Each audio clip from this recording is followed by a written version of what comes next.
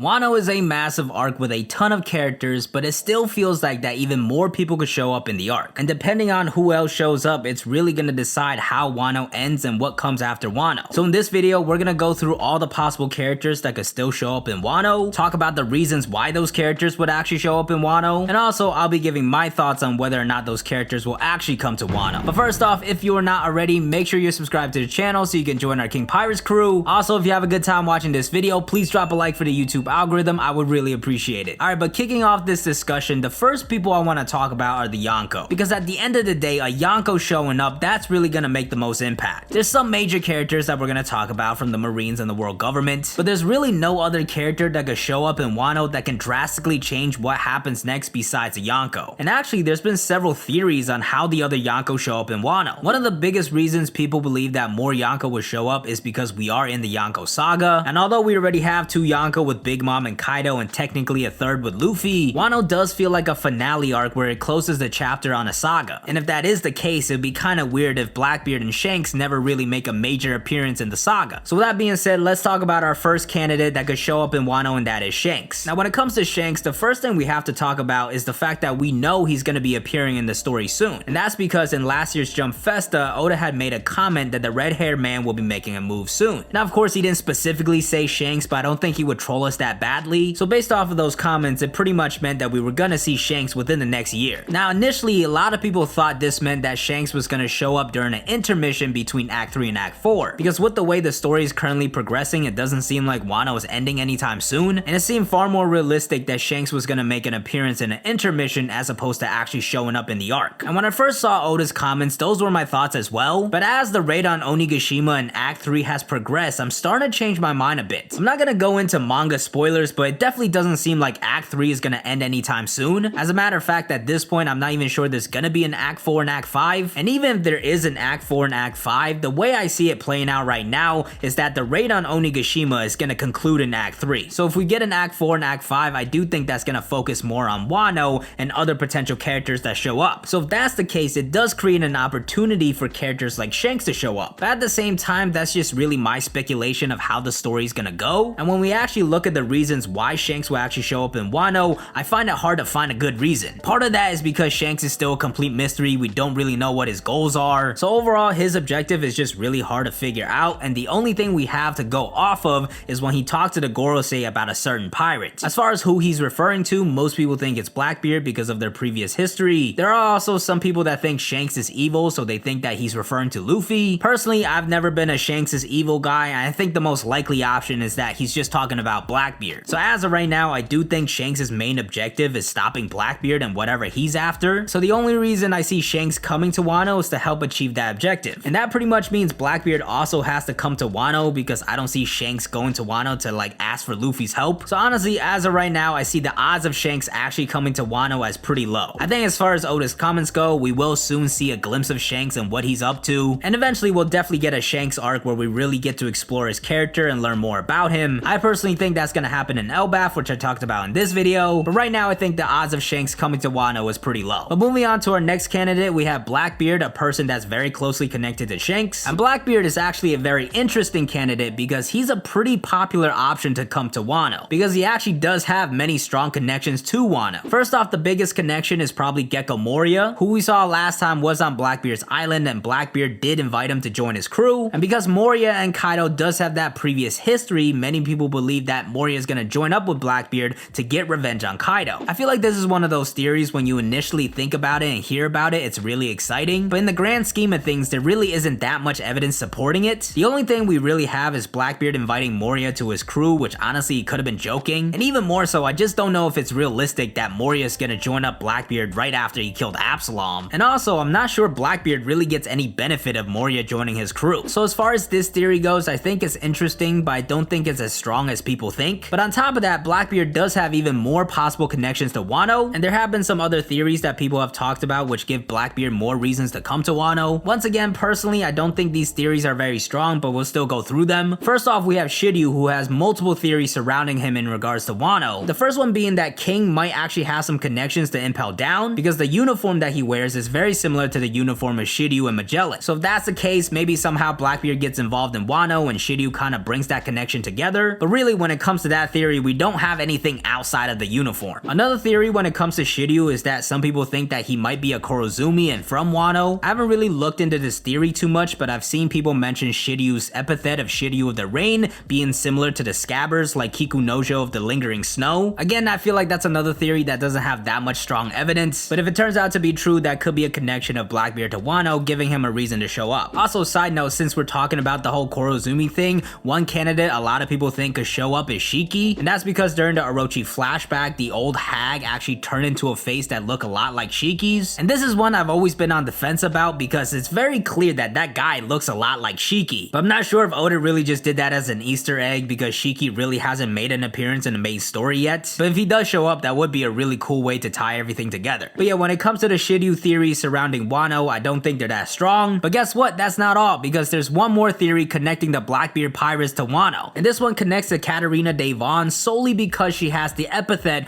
of the Crescent Moon Hunter, which is very interesting because that's the symbol that was used by the samurai of Wano to show their allegiance towards the Kazuki family. So with this theory, I'm actually really intrigued because Oda must have known what he was doing there when he gave her that epithet. So even though there really isn't much evidence here, I still kind of find this one the most interesting, but at the same time, this really doesn't make me feel that strongly about Blackbeard coming to Wano. It could simply be that Katarina Devon met Odin before or something like that. So yeah, I think as far as the theories go surrounding Blackbeard and Wano, none of them really convince me that he's coming. So once again, what we really have to do is look at what his current objective is. And the major hint that we got last time was that he was taking action and going after something involving the Marines. Now once again, nobody really knows what he's referring to here. Everybody has their own theories. Personally, I think he might be going after Pluton that's in Alabasta, but there's some people that think he's going after Ace's fruit, some people that think he's going after Marco's fruit or Kaido's fruit. So while technically there are ways for Blackbeard to come to Wano to achieve his goals, I still currently think the possibility of Blackbeard coming to Wano is pretty low. Even though we have like 85 different theories connecting Blackbeard to Wano, I don't feel strongly about any of them. And once again, just like Shanks, I think Blackbeard is another character that we will see in a full arc, so I don't really see a need for his character to come to Wano. But as far as the Yonkos go, those are our two main candidates, but we do have to talk about the last Yonko crew, and that is actually the Big Mom Pirates, who should be in Wano right now, but they just keep falling off the cliff. So the question here is not really if they're gonna arrive in Wano, but what their role is gonna be. And this is a question I get asked all the time in the comments and during live streams, and I've stayed pretty consistent with my answer that the Big Mom Pirates are not gonna play a major role, because you gotta remember the first time they got knocked off by King, it took them like weeks to get back up here. So if they got knocked off the same way by Marco, it should be a while before they get back up. And as I mentioned before, the way I see the story progressing is that Act 3 will end the Onigashima raid, and then if we get an Act 4 and Act 5, that will involve the other characters, and that's when I think the Big Mom Pirates actually might play a role. I still don't think it's gonna be a big role. I think even if Big Mom is still around after the raid on Onigashima, she's probably gonna be a little weaker and really just looking to take advantage of the situation, rather than like trying to take out the Straw Hats and like take over Wano. There's a number of ways she could still walk out of this arc with a win, whether that's kidnapping Robin or taking a road poneglyph. So as of right now, I think the Big Mom Pirates will get back up there, but they're not gonna play a major role, and we're not gonna see any reinforcements like Katakuri or Pudding. But that could be a good thing, because that means they might arrive in a later arc and given a bigger role, because there is still some unresolved plot there from Whole Cake Island, especially when it comes to Pudding. But moving on to our next candidates, let's jump to the other side and talk about some potential allies, starting with the Straw Hat Grand Fleet. And with the Straw Hat Grand Fleet, it's also been a pretty popular theory that they also come to Wano. I'm realizing now that everybody just wants everybody to show up in Wano, but I do think there's actually some good explanations behind this, and the main thing a lot of people have talked about is the Grand Fleet having a Viver card of Luffy, and already several times throughout the arc, Luffy has taken a lot of damage. Right away when he got into Wano, he got clapped by Kaido. There's also the situation in Udon where he took on the mummy disease, and during those times, his Viver card probably burned up a good bit. And when you think about somebody like Bartolomeo, when he sees that card burn up even a little bit, he's probably jetting right over to Luffy. So honestly, I think there's actually a pretty good reason for the Grand Fleet to show up here, to the point where if they don't show up, I would actually like to see an explanation on why. But overall, I do think that there's a very good chance that at least some of the Straw Hat Grand Fleet arrive, because not only do we have the whole situation with Luffy's Viver card, we also do have the events of the Reverie, which the Straw Hats need to find out about, because you have characters like Sabo and Vivi who could be in danger. So if the Straw Hats don't get any information, the next big arc could be them like going after the world government. And personally, I just don't see that happening right now, so I think a likely option is Sai actually coming to Wano with like Vivi or Sabo. So that could be a really good way for the Straw Hats to get some information and also for them to get some allies. I still think in the grand scheme of things, the Grand Fleet will play a bigger role when it comes to the final war, but as far as WANO goes, I definitely see some of them showing up. But moving on to the next candidates, I want to talk about a couple more potential allies with the Roger Pirates and the Whitebeard Pirates. We'll start off with the Roger Pirates because I think this one's pretty straightforward. Personally, I've pretty much mostly given up on the idea of the Roger Pirates showing up. At one point, I really did believe that Scopper Gabon was going to show up, and while I think it's still very possible that eventually he makes an appearance, at this point I think it's unlikely that any of the Roger Pirates are going to play a major role. I'm sure people like Scopper are still very strong, but at this point they're old and retired, they're kind of just boomers. So for the Roger Pirates showing up in WANO, I see as a pretty low possibility. The Whitebeard Pirates, on the other hand, I see as a much more likely option. I'm still not going to go all the way and say it's going to be likely that they show up, but I do think they have a much stronger connection to WANO, and it's probably a 50-50 chance. First off, some of the former Whitebeard Pirates are already here with Marco and Izo, and the reason they're here is because they actually have stake in the battle. They were former crewmates with Oda and they were really close to him, so there's a very clear connection and reason for them to come to WANO. Also, I think eventually we do have to see what the other Whitebeard Pirates are up to, like Vista and Jozu, and probably the most underrated thing to consider here is the Weevil storyline. For that storyline to actually become important, it's gotta involve the Straw Hats somehow, and right now Weevil and the Straw Hats just have no connection to each other, so maybe some of the Whitebeard Pirates showing up in WANO could kind of push that story forward. So as of right now, I think the Whitebeard Pirates showing up in WANO is about a 50-50 chance. But moving on to our next candidates, I think these are the most likely options for showing up in WANO, and that's gonna be the Marines, Revolutionaries, and the World Government. Let's start off with the Marines, who I actually think might not make a major appearance here, because one thing I've always said is that there's a lot that the Marines are dealing with currently. Not only are they dedicating a lot of manpower to go after the warlords, but we even had that scene where Akainu said himself that he's not going after WANO. So I've always been very skeptical of the idea of like an admiral showing up to WANO, but that being said, if the right opportunity pops up, I do think Akainu's gonna take action. And I think another thing we have to consider is that Marine involvement has been pretty prominent in most arcs of One Piece. On top of that, there's also many theories surrounding different Marine members in WANO. First off, there's been a lot of speculation that Green Bull and Fujitora are from WANO, and Green Bull specifically, some people think that he could be Ushimaru and